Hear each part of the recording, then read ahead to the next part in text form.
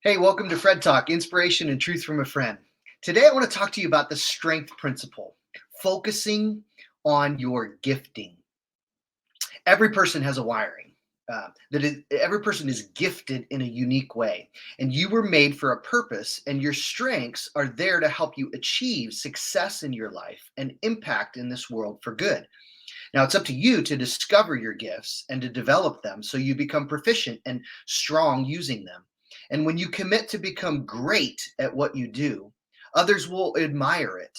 You'll get paid to do it. It will open doors for you and it will bless your life and other people. In fact, there's a wise saying in the book of Proverbs in the Old Testament. It's Proverbs 18:16, and it says, "A man's gift opens doors or makes room for him and brings him before great men." So there's this idea that when you offer a gift to other people and it's a really good gift, that it opens doors for you and puts you before other influential people. And that gift might be a financial gift, but often it's your unique ability and skill that you have developed and you have honed on and perfected or developed in a very mastery oriented way, and others want to be around that and want to experience the blessing of that gift. You know, the Bible talks about spiritual gifts, that God actually gives each person these abilities and these giftings. It's found in numerous places in the New Testament: 1 Corinthians 12, Romans 12, 1 Peter 4. And the Bible shares that there are a variety of these different kinds of gifts, but the same Spirit. And God is the one that empowers them all. And the purpose is to use whatever gift you've received to serve other people. And so, you know, these gifts, there's a list of about 19 different gifts, and they're very different types of personality wiring, like administration, or one gift is apostleship. In other words, entrepreneurial, starting things, discernment, evangelism, which is a heart for helping people connect with God, the gift of encouragement, faith, giving, healing, the gift of helps, the gift of hospitality, the gift of knowledge, the gift of leadership, the gift of mercy, the gift of prophecy, being able to speak into a situation and say, hey, this is what is going to happen if we keep going down this road. The gift of serving, the gift of speaking in tongues, which was a gift given so that people could speak in other languages and help more people come to know Christ. The gift of teaching, the gift of shepherding, the gift of wisdom. So all these different kinds of gifts and abilities that are given in the Bible. And I am a trainer with the DISC personality assessment. The DISC is an assessment tool that's used for a lot of businesses. And I've always been fascinated with gifts and strengths and wiring and helping people, discover that and live within their strength zone. And one of the assessments that I have spent a lot of time studying over the last 25 years of my life is the DISC, and that's why I got trained in it. And a lot of businesses use it. And I want to draw for you a picture of the DISC. And if you're just listening on audio, I'll say it in a way that helps you understand kind of the picture in your head. But if you have the ability to write down, then follow along with me. And so, what I want to do is I want to take something that's used often in the business world, the DISC, and then I want to also help you understand how that fits with some of the spiritual wiring that God does in our life, and see how those things match together. So if you have in your mind, or you have a piece of paper, draw a circle, a big circle, and then put a plus sign through it. So it has 4 quadrants. And the top 2 quadrants, that part up there, is high energy people. These are people that move fast. All right, quick decisions. The bottom half of the circle is low energy, people that move slower and process oriented people. Okay, so bottom is process oriented people, top is action oriented people. Then, if you go to the left side, those two quadrants, I want you to put the word task. Okay, this is task oriented people. And then, if you go to the right side, those two quadrants are people oriented. Okay, so now let's look at the DISC personality assessment. There's four letters in DISC: D, I, S, and C. So the D stands for dominant. So put that in the top left corner. The dominant personality type, if you just look at the four, the quadrants that I mentioned, they are a high energy, action oriented person and they're task focused. So these are people that want to get things done and get it done now. Type A personality. They are very driven. They are very aggressive. Often they can be interpreted as somebody that's angry or insensitive. And of course, each of these categories has a plus and a minus side to it. And so if a D is leading well, they're going to inspire people, they're going to motivate people, they're going to push people, they're going to challenge people, and they're going to get things done. And we need Ds, especially when there's problems, because they'll take the bull by the horn and they'll get going on things. And sometimes we complain about people like that, but there's seasons of life in an organization, in a nation, in a family, in any group, in a church, where an athletic team, where you need D's to step in and take charge. Now, a D's greatest fear is lack of control. And that's not a bad thing that they want to be in control. But if they want to control everybody and everything, then that is not very healthy. But they should have a certain amount of control because that's the way they're wired and that's the way God uses them. And that's what they need to bring to the table. So, if you were to look at the spiritual gifts that I listed, the categories that fit in this D would be apostleship, like an entrepreneur that starts things and builds things, leadership, teaching, a person that spends time uh, kind of preparing, thinking through, which is a task oriented thing, how to communicate something, and then to share it. And then probably the gift of giving, because usually when people have the gift of giving financially, they also have the gift of being able to produce income that comes with the gift. And D's usually are high producers. They're usually very effective at their jobs and lead organizations and end up making a lot of money. And they provide work for people. And they're it's a good wire. Now, some of the people that would fall in this category of a D that we might know, Donald Trump was a D.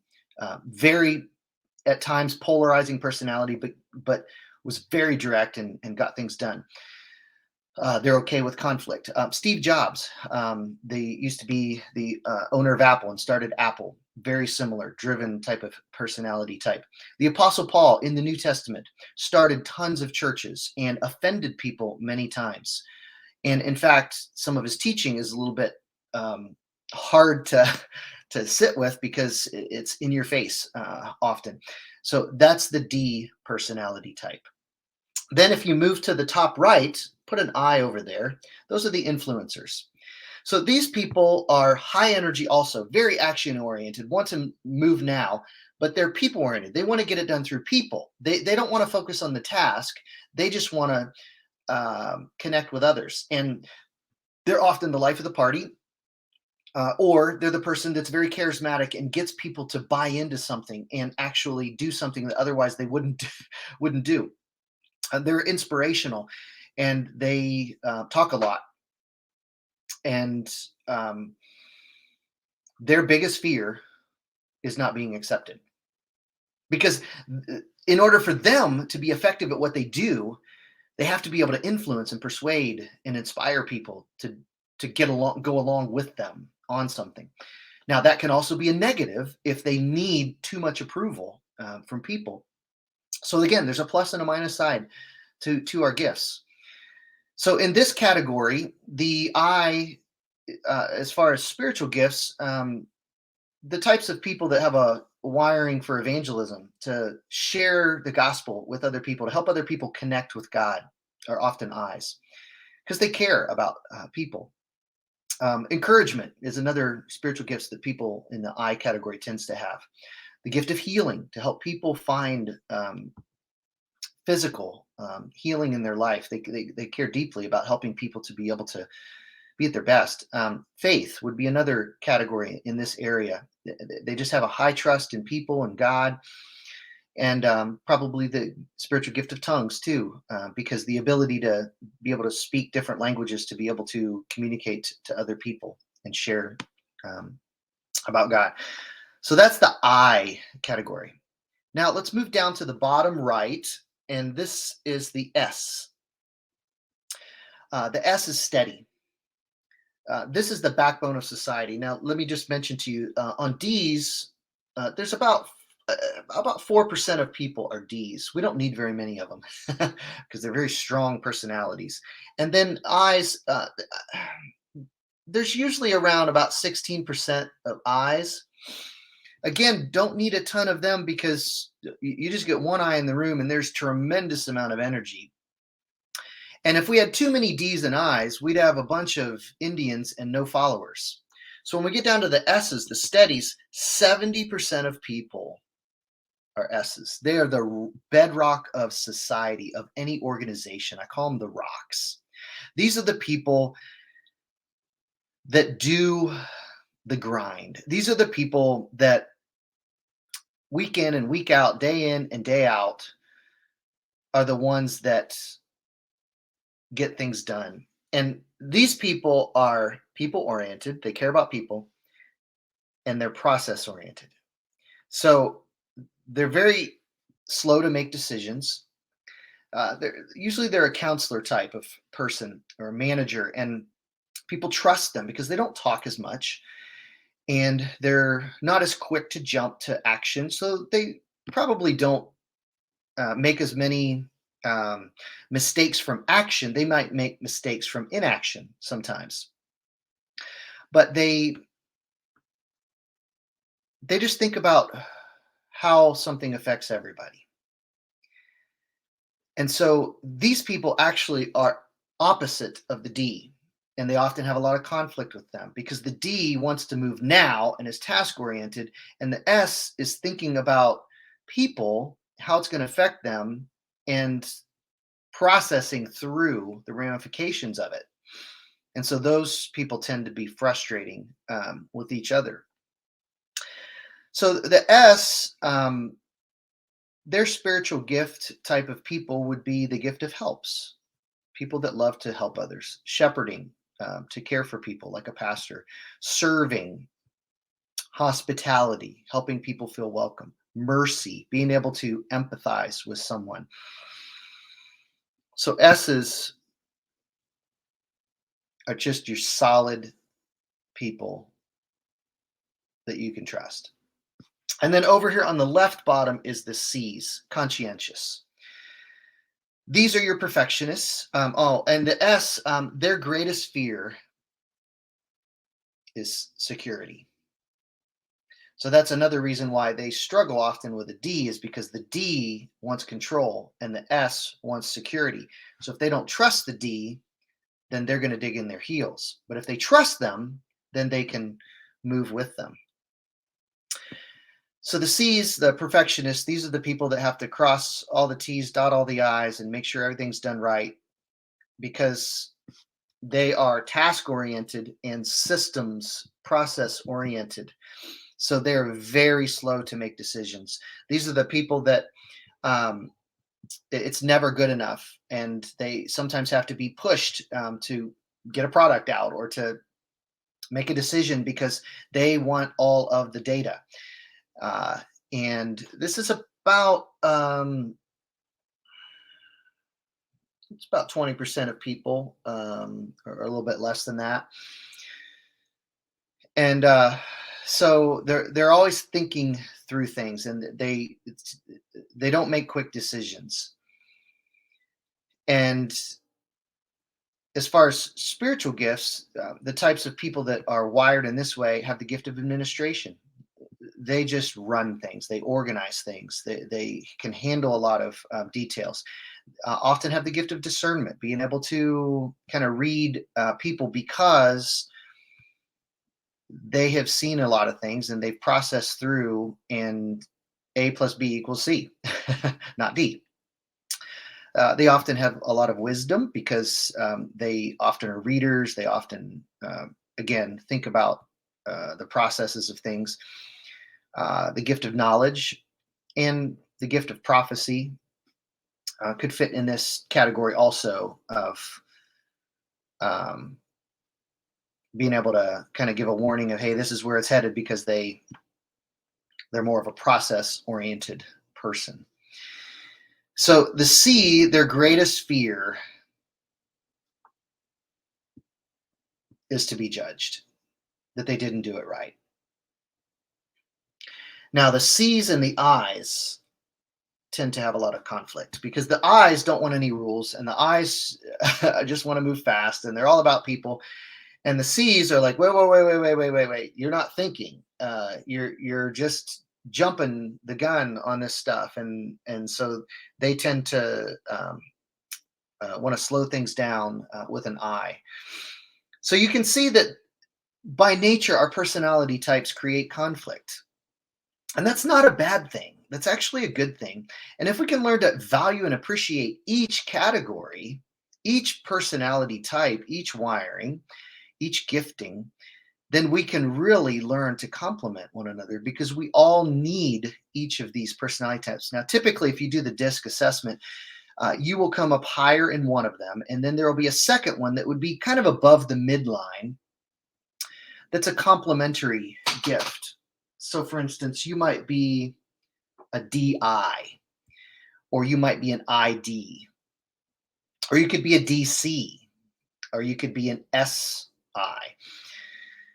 And your dominant one would be the first letter, and then your next one would be the other one. Then typically the other two are below the midline and often very low and not a strength of yours. And there's nothing wrong with that.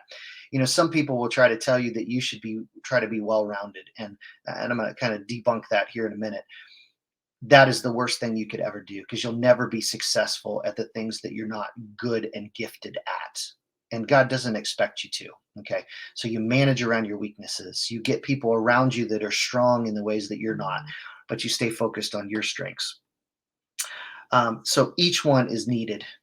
So you need to discover how God wired you. And then you want to spend the majority of your time in your strength zone. That doesn't mean that you don't challenge yourself to get uncomfortable, but don't try to do things that you're not gifted at doing, because you're not going to do well. Discover how God wired you, then spend most of your time doing that. It's our best gift to the world. When you live out your best, the world sees a side of God, whether they know it or not, or whether they acknowledge it or not. They see something great. Excellence inspires people. It also humbles them to realize, man, I'm not like that, if it's not your wiring. But it inspires someone that might have that wiring, and it helps people. It's what actually is happening when we're seeing someone live out their best. We're actually seeing the greatness of God displayed through human effort. And the source of that gifting is our Creator, whether it's acknowledged or not. When we recognize that and we submit our gifts to our Creator, we're able to find our true purpose in life and help others connect with God. Instead of just using our gift for ourselves and to be glorified ourselves, we're able to find a greater purpose beyond ourselves when we realize that it's actually something that God's gifted us to do. Now, most people will tell you that you need to be well rounded. Don't listen to them. Most people never achieve greatness. Most people don't develop their top gift to its fullest. Marcus Buckingham is over in England, and he has a strength based revolution that he's been teaching for 30 years, and I've studied him for a long time. He works with Fortune 500 companies, and he co-wrote a book called Strength Finder 2.0, and you can do a little assessment, and it tells you your dominant themes, and it's a really helpful tool that I usually use with everybody that I coach. And he did a survey with parents one time, and he said, if your kid comes home with an A, B, and an F, where would you spend most of the time? And 90% of parents said the F. And he said, wrong. Here's why. That's their weakness. They will never be strong in it. They'll feel insecure. You'll be focusing on the negative, and they will never be great at that. You should invest in the A, because there is where they have the most potential to excel. They'll be energized. They'll be passionate. They'll be more willing to manage their weakness, the F, if the focus is on the A. I know that sounds a little bit counterintuitive, but the most successful and wealthiest people are not well rounded at all. If you get around the people that work with them, they will tell you they are lousy at certain things and they don't even try. They're usually good at one or two things and they stay in that strength zone. They get people around them that are great at what they are not, and they focus on their strengths. In school, often kids are told that they need to get good grades so they can be able to go to college and get a good degree. But what if they're not really a student? What if school and that system is not the way they're wired? What if they're a break the rules type of personality?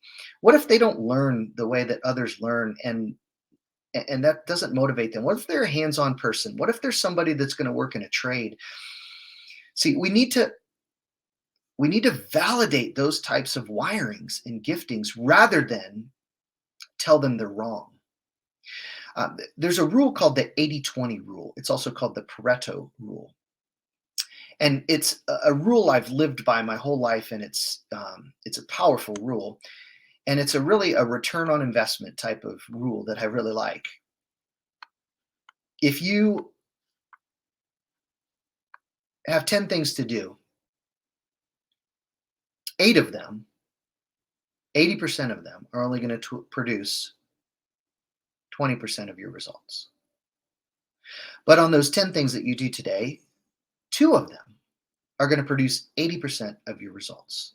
So that's the 80-20 rule, that 80% of what you do only produces 20% of your results. So the reverse is also true. 20% of what you do is only going to produce 80% of your results.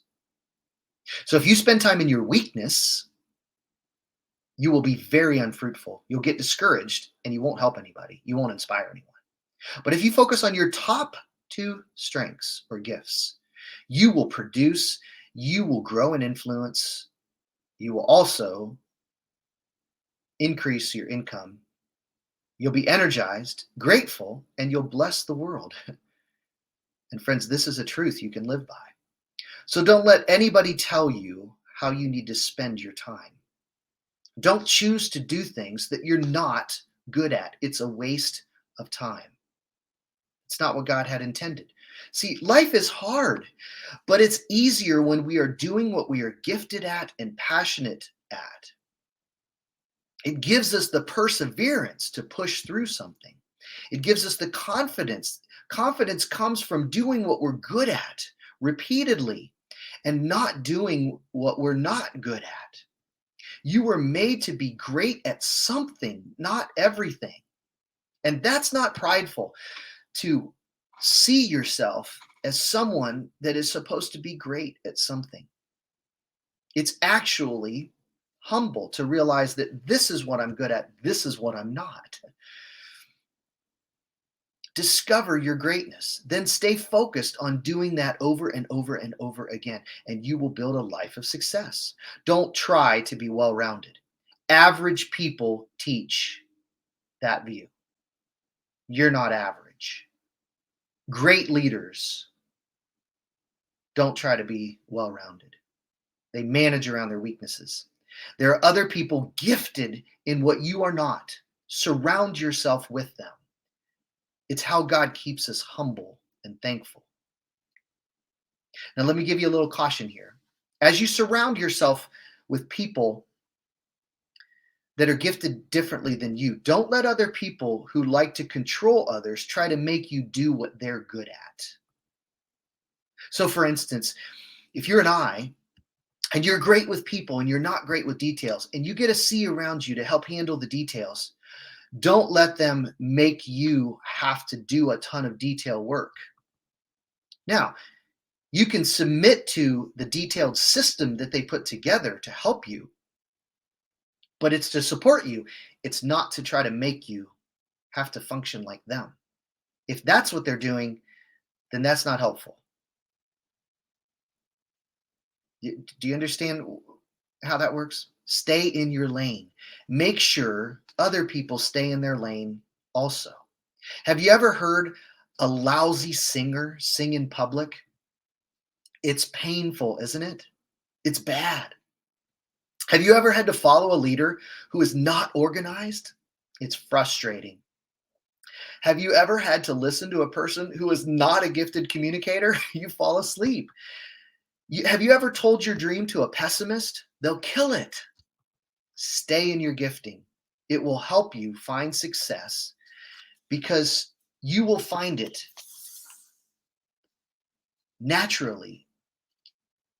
What will happen is if you stay in your strength zone, in your gifting, what you do will come natural to you. So you'll be able to push yourself so you can develop it even further, and that other people will be amazed at what you do. It doesn't mean that it's a cakewalk. You still push yourself, but at what you're good at, and your confidence will grow and you'll feel strong. It doesn't mean you won't be challenged. You'll be stretched if you're going to fully develop your gifting, but you will be an overcomer rather than struggle with not feeling good at it. So let me give you a quick little picture as we wrap up here of this DISC assessment and personality types. So if those four people were in a car taking a trip, the D would be driving. Okay. They would decide we're going to California and this is the route we're taking because they're in charge and they're task oriented. The I would be in the passenger seat talking to everybody, turning around and engaging everyone and talking because they're a people person and they want to be along on the ride to accomplish something, but they really want to focus on the people, developing the people during the process. And then the S and the C would be in the back seat and they would be quieter. And here's what would happen. The D would say, hey, we're going to stop and get gas, and we're going to go to McDonald's and get something to eat. And most likely what would happen is the S would kind of speak up because, again, the S and the D are kind of at odds with one another often. And they would say, wait a second, why don't we ask everybody where they want to go, especially C back here, because they never, get to decide. And D would get ticked off, man. They would be so mad at S.